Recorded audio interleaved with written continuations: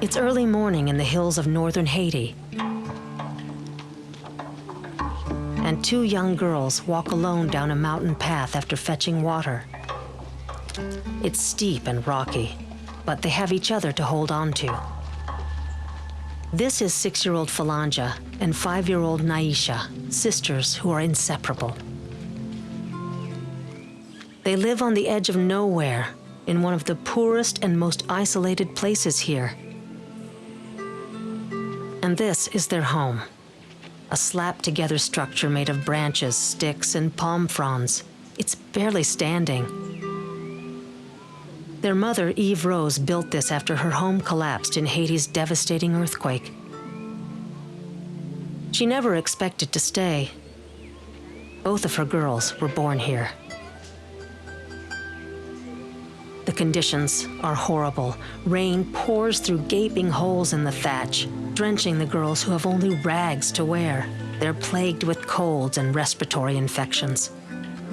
I have problems with the house because when it's raining, we have to stand up until it stops. Even the children. I don't have anywhere to put them.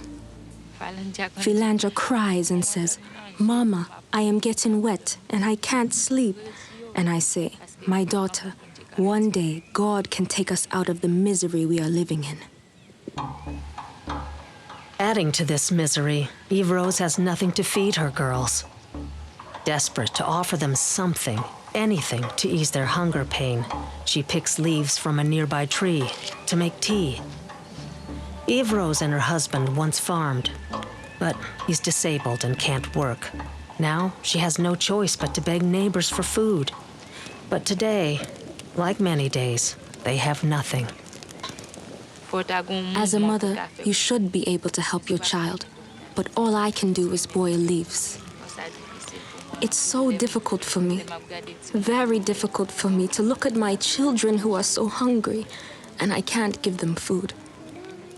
The size that you see Phalandja now is not the size she once was. She's getting thinner and thinner because she doesn't eat. Even though the girls are starving, the awful taste of the leaf tea is too much for them. They can't keep it down. They'll go to sleep tonight with nothing in their stomachs.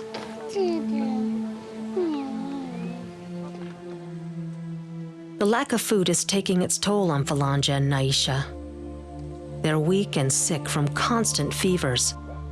They're tiny for their age.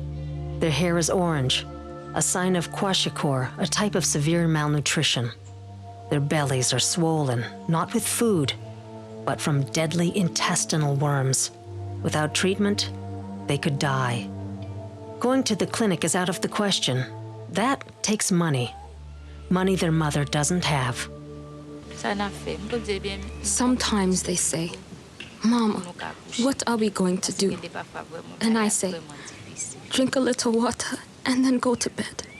Because sometimes, truly, things are very difficult.